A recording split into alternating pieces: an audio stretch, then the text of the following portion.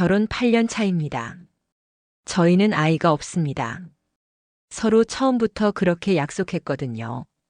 우리는 둘이서도 충분히 행복할 수 있어. 그게 우리의 신념이자 사랑의 방식이라고 믿었어요. 그런데 요즘은 그 믿음이 흔들립니다. 아니, 어쩌면 이미 많이 부서진 것 같아요. 집은 조용합니다. 말이 없어요. 식사 시간에도 잠들기 전에도. 예전엔 정막 속에서도 따뜻함이 있었는데 이제는 그저 공허함만 남아있네요. 아내는 패션 쪽에 종사하는 프리랜서 디자이너입니다. 출퇴근 시간이 없고 일의 경계도 흐릿하죠. 처음엔 그 자유로움이 멋져 보였어요. 근데 요즘은 뭔가 많이 달라졌습니다. 야외 작업이 많다며 외출이 잦아졌고 회의가 있다며 늦게 들어오는 날이 늘었어요. 핸드폰은 항상 뒤집혀져 있고 심지어 샤워할 때도 가지고 들어가더라고요. 처음엔 그냥 예민해진 내 탓이라고 생각했습니다. 회사 일이 많아져서 스트레스가 쌓인 상태였으니까요. 그날도 그런 날이었어요.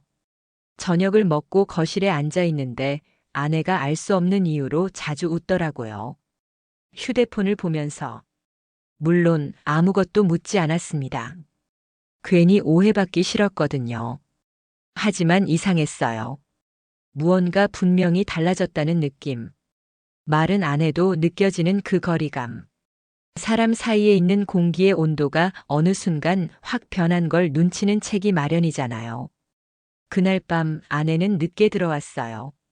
11시를 넘긴 시각. 오늘 좀 늦었네? 조심스럽게 물었습니다.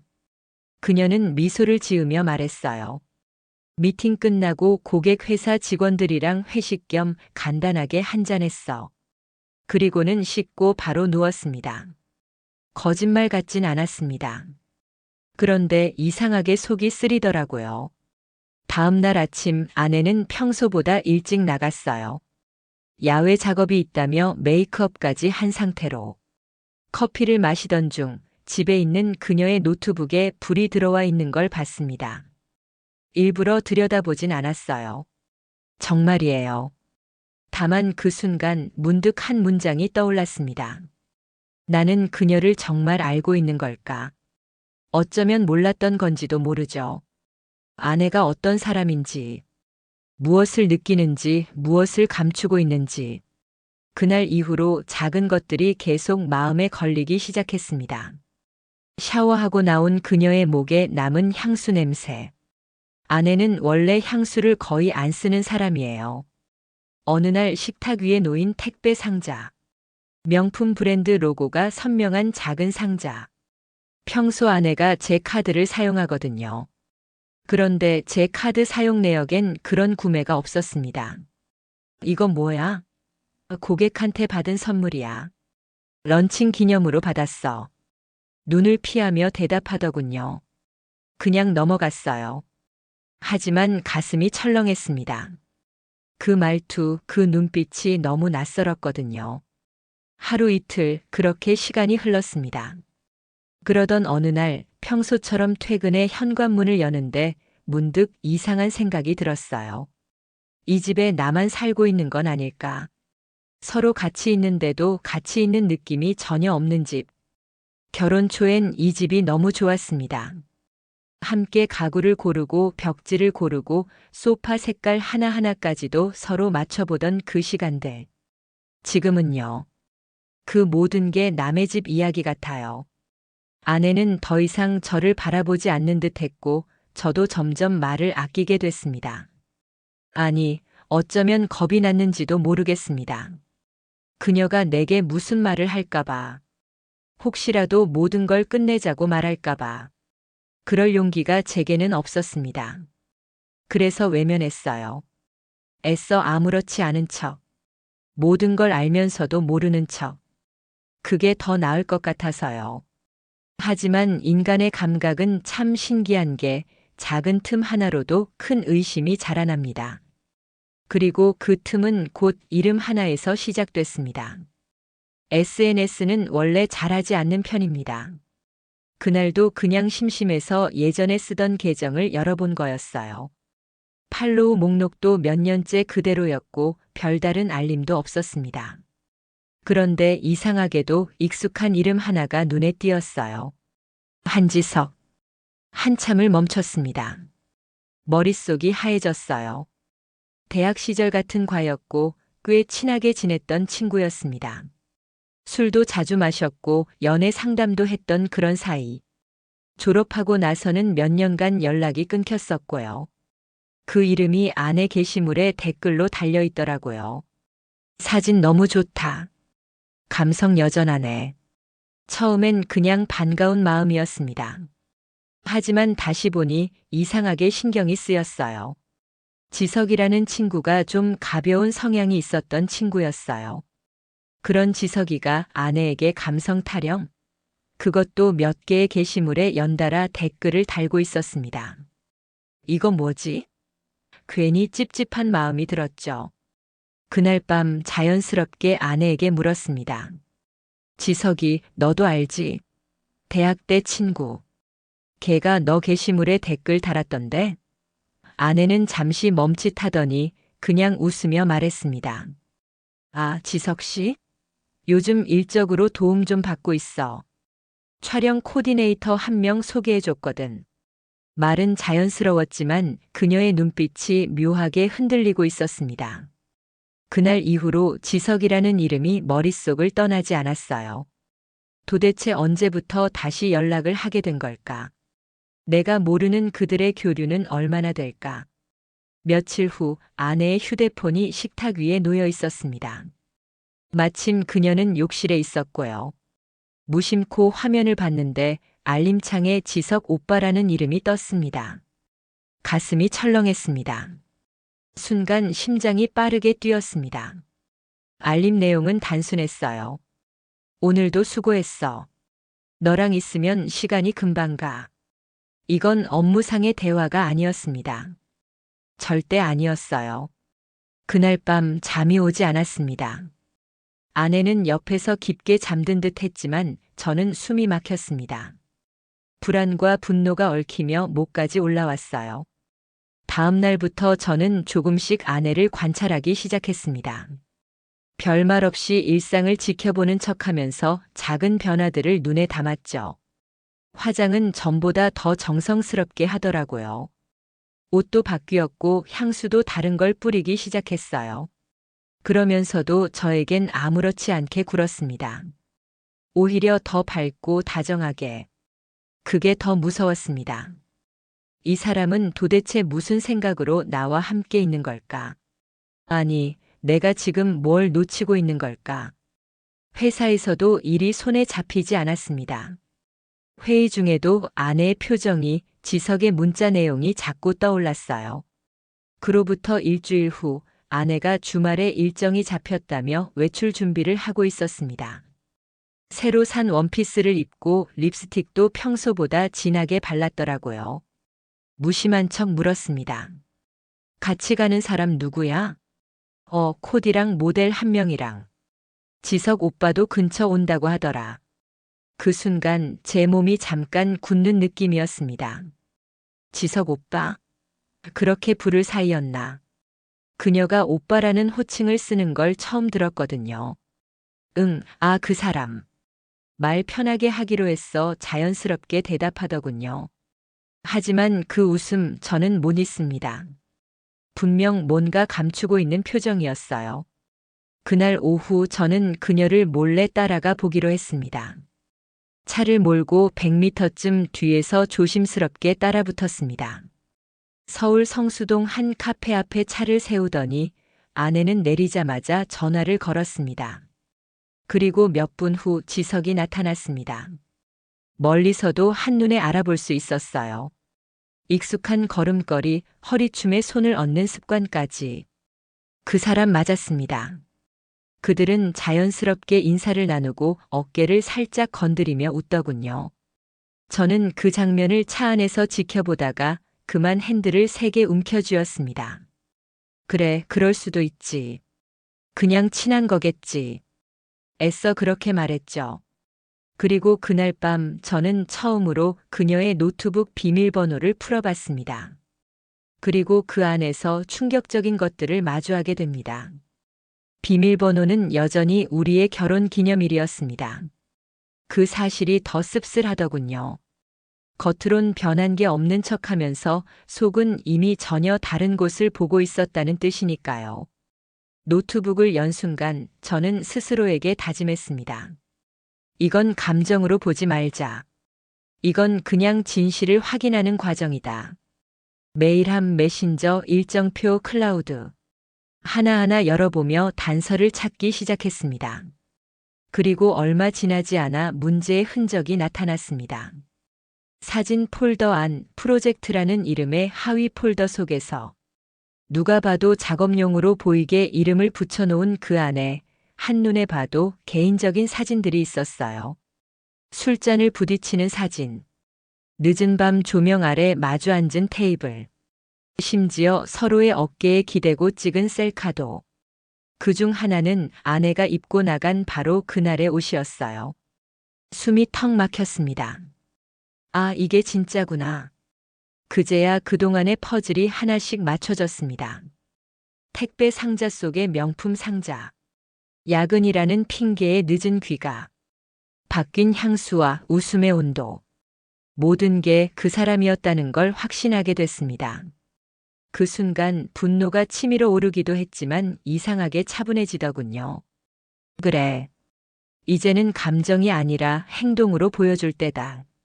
다음 날 아침 아내는 평소처럼 옷을 입고 외출 준비를 하고 있었습니다. 오늘도 야외 일정? 응. 오전엔 미팅, 오후엔 야외에서 작업 있어. 늦을지도 몰라. 자연스럽게 말을 이어가는 그녀를 보며 저는 아무렇지 않게 고개를 끄덕였습니다. 그리고 그녀가 나간 직후 차량 위치 추적 앱을 실행했습니다. 예전에 둘이 함께 썼던 차량 관리 앱.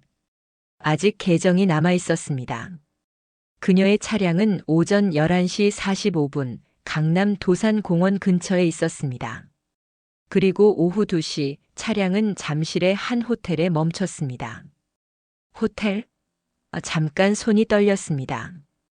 아무렇지 않게 앉아있던 몸이 금세 긴장으로 굳어갔어요. 잠시 후 이름 모를 짜증과 참을 수 없는 궁금증에 결국 차 키를 들고 나섰습니다. 호텔 앞 주차장. 실제로 거기에 그녀의 차가 있었습니다. 그 자리에서 몇 분간 움직이지 못했습니다. 설마 아니겠지. 아무리 그래도 진짜 호텔은 아니겠지. 하지만 직감은 늘 맞습니다.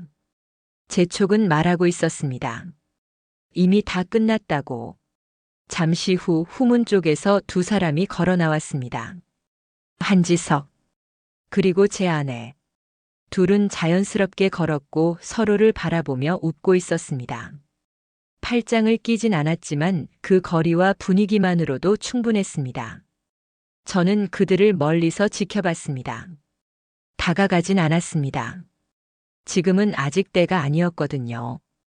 그날 밤 아내는 언제나처럼 태연하게 귀가했습니다. 오늘도 바빴지? 응. 좀 힘들었어. 미팅이 길어졌거든. 거짓말. 거짓말을 너무 자연스럽게 하더군요. 그 순간 저는 스스로에게 물었습니다. 어디까지 알아야 멈출 수 있을까? 지금 멈추면 후회하지 않을까? 더는 바보처럼 살고 싶지 않았습니다.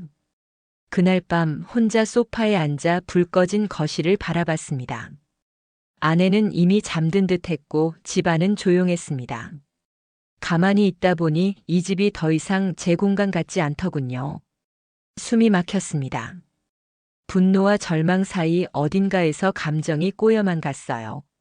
하지만 그 감정에 휘둘릴 수는 없었습니다. 이건 분노로 해결할 문제가 아니야. 이건 계획적으로 움직여야 해. 다음 날 아침 저는 출근 대신 병가를 신청했습니다. 그간 사용하지 않은 누적된 연차로 며칠은 충분히 쉴 수 있었거든요. 그리고 그 시간을 오롯이 정리에 쓰기로 했습니다. 먼저 변호사를 찾았습니다. 서울 서초동의 한 사무실. 지인의 소개로 조용히 상담을 진행했어요. 상간자 소송은 가능하십니다. 다만 명확한 증거가 있어야 하고요. 두 사람이 부적절한 관계였다는 정황 외에 호텔 출입 기록, 메시지 내용, 통화 내역 등이 있으면 유리합니다. 이미 일부 확보한 자료는 있었지만 더 필요했습니다. 그래서 포렌식 업체에 의뢰하기로 했어요. 그 업체는 휴대폰에서 삭제된 메시지 복구, 클라우드 자동 저장 사진 복원, 심지어 통화 녹취 여부까지 확인 가능하다고 하더군요.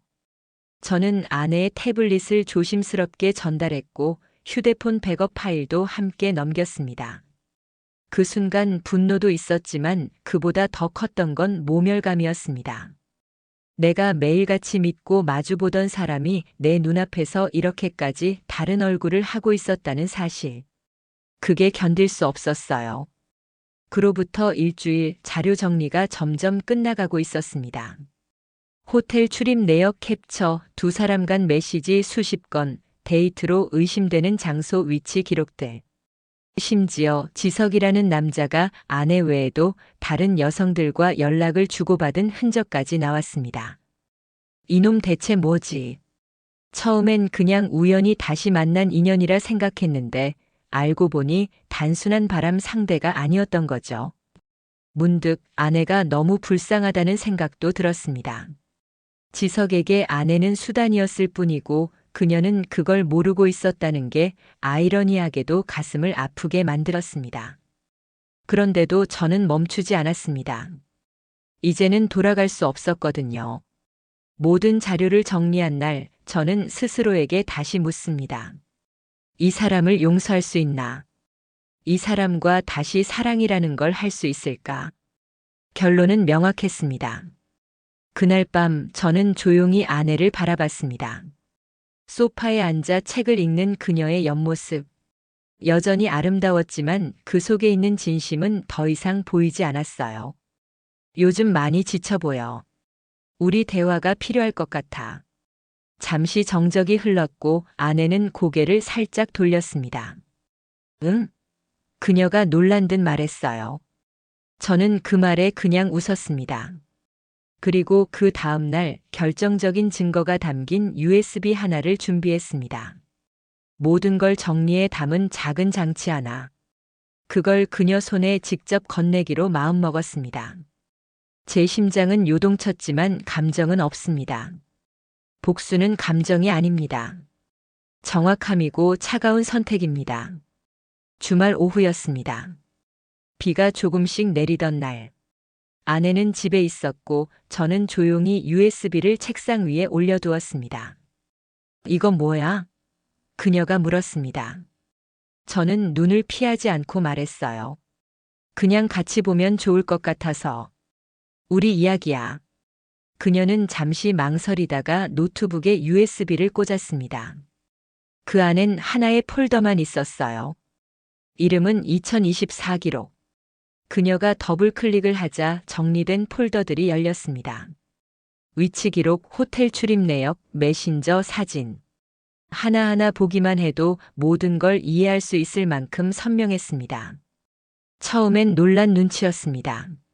하지만 곧 그녀는 입술을 깨물며 말없이 화면을 쳐다봤어요.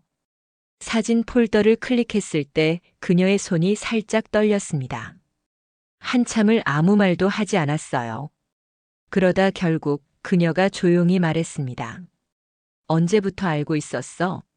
충분히 오래됐어. 그 짧은 대화에 온몸이 무너지는 것 같았습니다. 숨이 막혔고 가슴이 찢어지는 듯 했어요. 왜 아무 말도 안 했어? 그녀가 눈물을 머금은 채 물었지만 저는 그냥 말했습니다. 넌 내게 설명하려고 한 적 없잖아. 언제든 말할 기회 있었는데 그걸 선택한 건 너였어. 그녀는 고개를 숙였습니다. 그리고 한참을 말없이 있더니 중얼거리듯 말했어요. 지석이 오빠 그런 사람인 줄 몰랐어. 그 사람이 나한테만 그런 줄 알았어. USB 안에는 지석이 아내 외에도 여러 여성과 나눈 메시지가 있었어요. 클라우드 백업을 통해 복원된 자료들이었죠. 같이 여행 가자. 넌 진짜 특별해. 다른 사람은 몰라. 너만 알아줘. 메시지 창의 상대 이름이 바뀔 뿐 내용은 거의 비슷했습니다. 말 그대로 복사한 듯한 감정의 언어들. 그걸 보며 저는 차라리 허탈했습니다. 배신감보다 더 큰 건 그녀가 그 말들에 진심으로 웃고 있었다는 사실이었습니다. 난 그냥 위로가 필요했던 것 같아. 그녀는 그렇게 말했습니다. 하지만 그 순간 모든 게 멀게 느껴졌습니다. 위로라는 단어가 이토록 이기적일 수 있다는 걸 처음 알았어요. 나는 늘 그녀 옆에 있었고 함께 밥을 먹고 대화하진 않아도 같은 공간을 지켜왔는데 그녀가 필요로 했던 위로는 낯선 남자의 말 몇 마디였던 겁니다. 그 사실이 너무 모욕적으로 느껴졌습니다. 그날 밤 우리는 각자 다른 방에서 잤습니다. 아내는 한마디도 하지 않았고 저도 아무 말 하지 않았습니다. 다음 날 아침 아내가 조심스럽게 물었습니다. 이혼할 거야? 저는 고개를 끄덕였습니다. 응. 그 대답 이후 그녀는 더 이상 묻지 않았습니다. 다만 어깨가 축 처진 채로 주방에 앉아 있었어요. 한참을 멍하게 앉아 있다가 그녀가 조용히 말했습니다. 미안해. 저는 그 말에 아무런 감정도 느끼지 않았습니다. 너무 늦었고 이미 무너진 신뢰는 되돌릴 수 없었으니까요. 그녀가 울었는지도 모르겠습니다. 그날 하루 저는 어떤 감정도 느끼지 않으려 애썼거든요. 이건 감정의 문제가 아니니까요. 그저 끝을 정리하는 일일 뿐.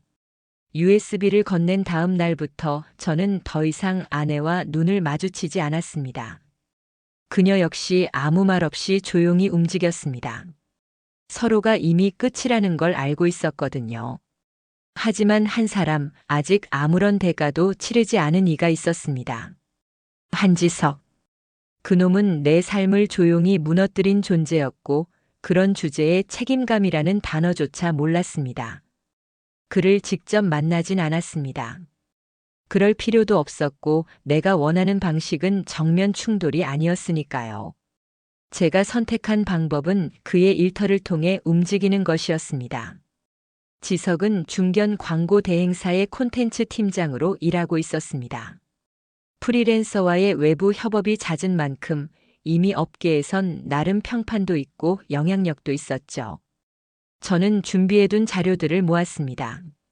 그와 아내의 개인적 관계가 직업적으로 얽혀 있었다는 정황, 회사 자산을 개인 만남에 활용한 흔적, 심지어 다른 프리랜서 여성들과 나눈 부적절한 메시지까지. 이 모든 자료를 정리해 지석의 회사 대표 앞으로 익명 민원을 접수했습니다. 법률 상담을 거친 표현만 골라 단 하나의 문장도 허위로 보이지 않도록 했습니다. 민원이 접수된 지 며칠 후 지석의 이름이 회사 홈페이지 인사공지에서 사라졌습니다. 직접적으로 해고된 건 아니지만 콘텐츠 팀의 대외 협업 담당에서 배제됐다는 소문이 돌기 시작했죠. 지석은 그 후로도 몇 번 아내에게 연락을 시도했습니다. 하지만 아내는 그 전화에 받지 않았어요. 그러다 어느 날 아내가 제게 말했습니다. 지석이 그 사람한테 연락 와도 이제 더 이상 연락 안 받아. 왜 그걸 나한테 말하는 거야? 그녀는 울지도 않았고 화내지도 않았습니다. 그냥 공허해 보였어요. 다 잃은 사람의 얼굴. 그 말 외엔 달리 표현할 방법이 없었습니다. 사람이란 게 그렇더군요. 누군가를 향한 감정이 다 타버리고 나면 안쓰러움조차 연민이 아닌 무관심으로 바뀝니다. 아내는 더 이상 지석을 기다리지도 저를 붙잡지도 않았습니다. 그저 조용히 무너져 가고 있었어요. 며칠 후 아내는 부모님 댁으로 잠시 다녀오겠다며 짐을 챙겼습니다. 작은 캐리어 하나. 그걸 보면서 생각했어요. 이 집을 떠나는 사람은 그녀지만 사실상 내 안에서 떠나보낸 건 이미 오래전이라는 걸. 아내가 현관문을 나서는 모습을 조용히 지켜봤습니다. 그리고 그 문이 닫힌 순간 이상하게도 안도감이 밀려왔어요. 사람이 이렇게까지 변할 수 있다는 걸 직접 경험하기 전까진 믿지 않았습니다. 하지만 결국 사람은 변했고 관계도 무너졌습니다. 단지 시간의 문제였을 뿐. 집안이 조용했습니다. 아내가 떠나고 나서 이곳은 더 이상 우리의 공간이 아니었죠. 소파, 식탁, 침대. 모든 가구는 그대로인데 공간의 온도가 완전히 달라졌습니다. 차갑고 비어있고 이상하게 낯설었습니다. 며칠을 그렇게 멍하니 보냈습니다. 감정이 들끓는 것도 아니고 분노가 타오르는 것도 아닌 그냥 아무 생각이 들지 않더군요. 그러다 문득 이제 마무리할 때가 됐다는 생각이 들었습니다. 그래서 변호사에게 전화를 걸었습니다. 이혼 진행해 주세요. 상대 측에도 통보해 주세요. 그 말이 내 입에서 나오는 순간 참 이상한 기분이었습니다. 슬프지도 시원하지도 않았어요. 그냥 해야 할 일을 했다는 느낌. 며칠 후 아내가 다시 집으로 왔습니다. 서류를 받기 위해서였죠. 식탁 너머로 마주 앉은 우리는 처음 보는 사람처럼 조용히 앉아 있었습니다. 그러다 그녀가 먼저 입을 열었어요. 여보, 나는 그냥 자기가 나한테 관심이 없어진 줄 알았어. 한참을 망설이다 겨우 꺼낸 말이었습니다. 저는 잠시 숨을 골랐습니다. 그래서 그걸 확인하려고 다른 사람을 만난 거야? 그녀는 대답하지 않았습니다. 그 침묵이 어쩌면 가장 정직한 대답이었는지도 모르죠. 용서해달라고 말하고 싶진 않아. 그럴 자격도 없고 이미 다 망가졌으니까. 그녀가 고개를 숙이며 말했습니다. 목소리가 떨리고 있었어요. 저는 조용히 서류를 꺼냈습니다. 이혼 합의서. 조건은 간단했습니다. 재산 분할 없음. 집은 제 명의로. 모든 권리 포기. 그녀는 아무 말 없이 서명을 했습니다. 그렇게 우리는 8년의 결혼 생활을 정리했습니다. 서류를 건네받은 후 제가 마지막으로 말했습니다. 용서를 구하는 건 내 자유야. 하지만 용서할 의무는 내게 없어. 그녀는 아무 말 없이 고개를 끄덕였습니다. 그 순간 가슴이 찢어지는 아픔이 밀려왔습니다. 이 사람이 한때 내가 전부였던 사람이었는데 이제는 남보다도 더 먼 존재가 되어버렸다는 사실이. 아내가 떠나고 서류를 봉투에 넣은 뒤 저는 그대로 거실에 앉았습니다. 눈물이 나지는 않았습니다. 하지만 온몸에 전율이 흘렀습니다. 마치 몸속 어딘가 내가 부여잡고 있던 무언가가 완전히 빠져나간 느낌이었어요. 그날 밤 아무것도 하지 않고 그저 조용히 커튼을 열었습니다. 밖에는 가을비가 내리고 있었어요. 그걸 보며 생각했습니다. 이제 정말 끝났구나. 긴 터널 같았던 지난 몇 달이 이제야 끝난 것 같았습니다. 그리고 저는 다시 시작할 준비를 해야 했습니다. 몇 달이 흘렀습니다. 이혼 서류에 도장이 찍힌 이후 모든 것이 조금씩 달라졌습니다. 우선 집을 정리했습니다. 그녀와 함께 고른 커튼, 둘이 마주 앉았던 식탁, 침대 옆 협탁에 놓여있던 조명까지.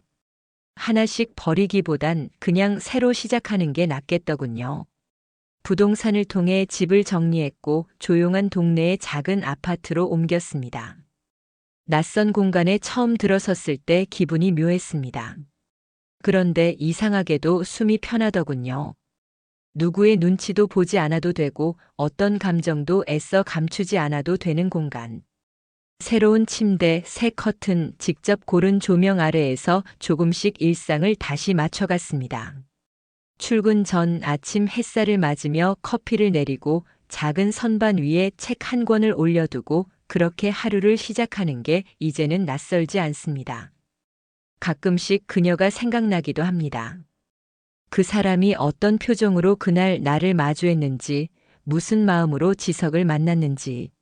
하지만 이제는 더 이상 원망하지 않습니다. 그건 제 몫이 아니니까요. 그건 그 사람의 선택이었고 그 대가는 이미 충분히 치렀다고 생각합니다. 지석이 어떻게 살고 있는지는 모릅니다. 더 이상 궁금하지도 않고요. 다만 그 일이 없었다면 나는 지금 이 자리에 있지 못했을 겁니다. 그 고통스러웠던 시간들이 결국은 나를 다시 일으켜 세운 셈이니까요. 지금 이 순간 새로 이사한 집의 창가에 앉아 커피를 내리고 있으면 문득 그런 생각이 듭니다. 내가 무너졌다고 생각했던 그 순간 정작 무너진 건 나 자신이 아니라 내가 믿고 있었던 착각들이었구나. 나는 여전히 나고 나는 여전히 살아 있습니다. 그리고 무엇보다 나는 이제 나를 다시 지킬 수 있는 사람이 되었다는 것. 그게 이 이야기의 마지막이자 내 인생의 새로운 시작입니다.